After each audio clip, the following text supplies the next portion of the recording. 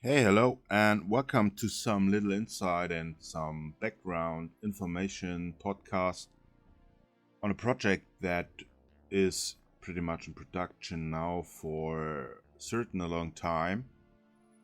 And what I want to talk about today is the Shell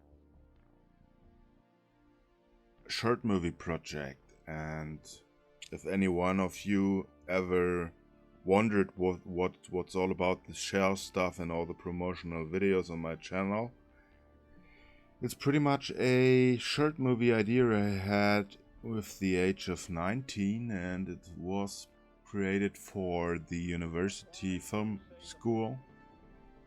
And the topic was back in 2001 around, was the machine evolution actually. And I did quite a lot of research about the evolvement of gadgets, machines, robotics, and all that stuff. And that led me to the idea to put some imaginary vision from the books I've read at this time from Philip K. Dick. You might know Philip K. Dick from stories like Blade Runner or Total Recall with Arnold, the movie about the Mars colonization. And that was something that really inspired me to do this kind of short movie, and starting to designing all the machines and all those environments and shot listings. And it was also my first approach to do kind of a whole project at once with a very limited budget at this time. The camera technology was also not very as far as it is today, and but yeah, the idea was still very strongly holding up until now, with all those artificial intelligence we are having now in our 2024 now. And Shell is a science fiction novel that I wrote, a short story novel about a person. The person is genius machine designer, which leads very, very strong to the Philip K. Dick stories. You maybe have read something of him. Let me quick introduce Philip K. Dick to you.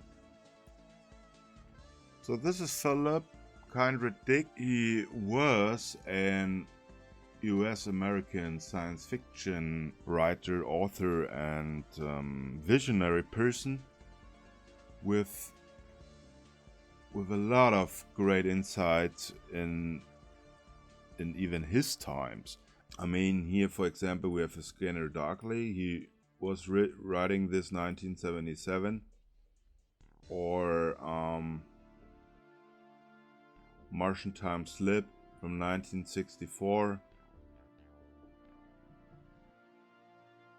or How to Build a Universe That Doesn't Fall Apart 2 Days Later from 1978. The basic tool for the manipulation of reality is the manipulation of words. If you can control the meaning of words, you can control the people who must use the words. So as you might see, the whole story goes far deeper than the normal basic level is showing and telling in terms of what you see. You can see the trailer for Shell, The Birth of a Body, on my YouTube channel, and you get an idea. It's very dystopian. It's fairly dark, but it's also something with a big glimpse of hope and truth. And you're gonna see when the movie is done. I schedule the finalization of the movie in 2025. And this is also some very, very nice quote. Can any of us fix anything? No, none of us can do that. We're specialized. So he was watching the world pretty close, very detailed. He had the vision that even machines start to evolve and start to enhance in a way that they become certainly aware of what they're doing and trying to survive the same way as people and organisms do, but not in that Hollywood struggling, destruction, bombing down that town way like Terminator is doing. I think it's what Philip K. Dick was mentioning is that life also and machines go also through the stages of evolution. And this is what is Shell all about. It's about this chapter in the future where machines become so advanced and so enhanced with all the quantum technologies and special other technologies that they strongly start to replace human labor. So the human in this story, in this short movie, is nothing but a host. Somebody that is kind of infected by a virus from his genetic gene code and all this stuff. Sounds pretty crazy, but you see here a version of a machine I was designing for that particular movie, and this is an explorator. It's a kind of a quantum machine drone which is able to think for itself and without any given electrical power source, because it's able to maintain shape and energy like humans do through eating and through sunshine and all this stuff. Let us have a look what this looks like in a rendered kind of way. So as you might see, it looks kind of insect bug or nanobug like, and we have here the different computing engines, and we have the shell tank and the grabbing robot arms done with a tool that I also want to present you, and which is also part of this little podcast here. And this tool is very cool, and it's called Cargo. Especially, what is Cargo? Cargo is the special library from the Kit Bash guys, and they put all their available assets and Kit Bash 3D toolkits into this library, and you pretty much have access to the assets online. So the new stuff here on Cargo is the vehicle section, and you can download all those single assets from the library here. And what really is similar to the Quixel library and Quixel bridge is the material area, where you have a lot of great different material types, like you see here: destruction emissive, sci-fi, wood, rubber, rock, nature, and all that stuff. Ships for most used render engines. In my case here it's Redshift, and the connection is done in a pretty intelligent way, which means you download, for example, a material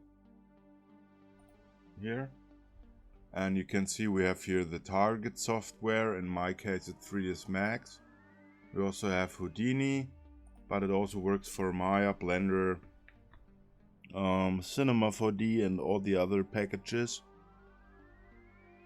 You hit download and it creates a connection to your software by using the Kit Bash user interface of Cargo here. So this is using a port on your machine to connect to the material or models you want to download. This is something that speeds up the creation and layout process very fast, because the models are really awesome. I really love them. Pretty detailed and well crafted 3D models of different kinds of areas, from future warfare to Japan, architecture to enchanted and magic places. You have here destroyed castle, rebel camp, and apartment buildings. Pretty intense stuff. I really love it, and it speeds up, like I said, the process so much, and you definitely should try and have a look at Cargo, because yeah, it's very handy and makes everything so much fun to use. So for example, here we have the air traffic control model. You can choose here the texture size from 1K JPEG to 4K PNG. So let's download this, and I show you now how you can put this into your scene. So bear with me while this is downloading. So it's downloaded, and make sure you're connected to your Cargo UI here. Let's import now. And in your Max listener, you see here that he's requesting an import right above here, and it takes a short amount of time, and then the model gets imported inside of your desired software package. And here's the model inside of 3ds Max. In this example also works very nice for Houdini with the Karma XPU and the other shaders, V-Ray and Arnold. And this is something I wanted to show you and give a little hint outside what is helping you making your vision and your daily work a bit more interesting. So here's our finished rendering, and you can see the materials are all set up, which makes it very interesting and awesome for the layout and creation process. So I hope you enjoyed this little podcast about what is shell and what the hell is Cargo. And if you wish, you can support us on Patreon with a little pledge, and yeah, push this short movie forward. Thanks a lot, and bye bye.